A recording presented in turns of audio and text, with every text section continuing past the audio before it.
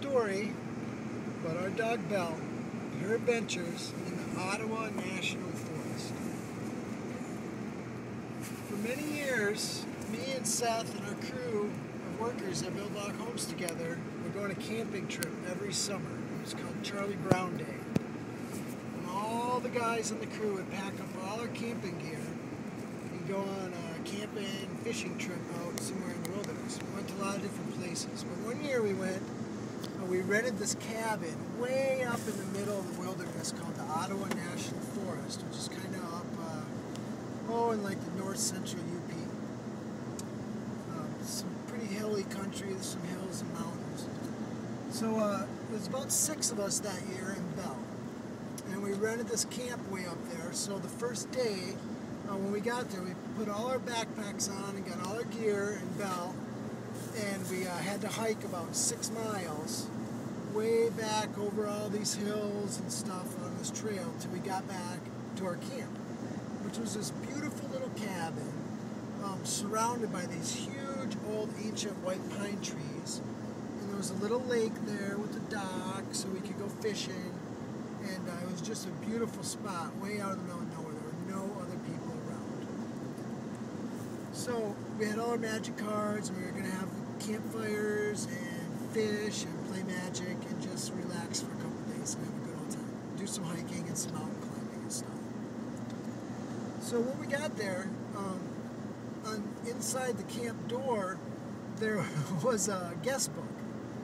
And the guest book was signed by all the other people who had used that camp for like the last 5 years. And they all had their little tales of what had happened. Well, all the most recent ones for like the last month, they all had the tales of this cute little camp chipmunk who would hang out on the porch and they would feed him snacks and he was super friendly and everybody really liked him. They had names and there was little pictures of him and all the other people there had been super fond of the little chipmunk.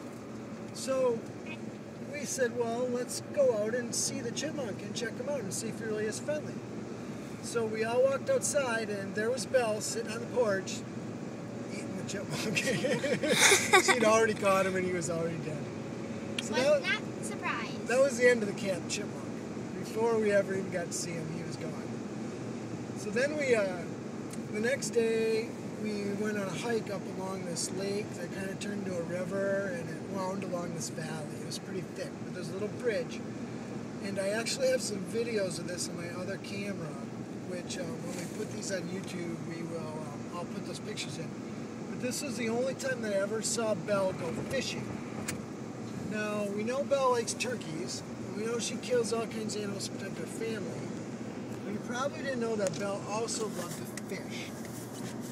And what she would do is she would stand with her front legs in the water, and her head up, looking down, and she'd wait for that fish to swim by, and then she'd stick her head down the water and try to bite it. And it was really kind of funny because she wasn't very good at it at all. And with her mouth open, as soon as her head would get under the water, and she'd get all underwater and waterlogged, then she'd jump up and shake her head off and walk away for like 2 seconds. But her killer instinct always got the best of her, and she'd see those fish moving in there, and she'd have to go try again. Whenever she saw any kind of critter, she would have to go try to get it.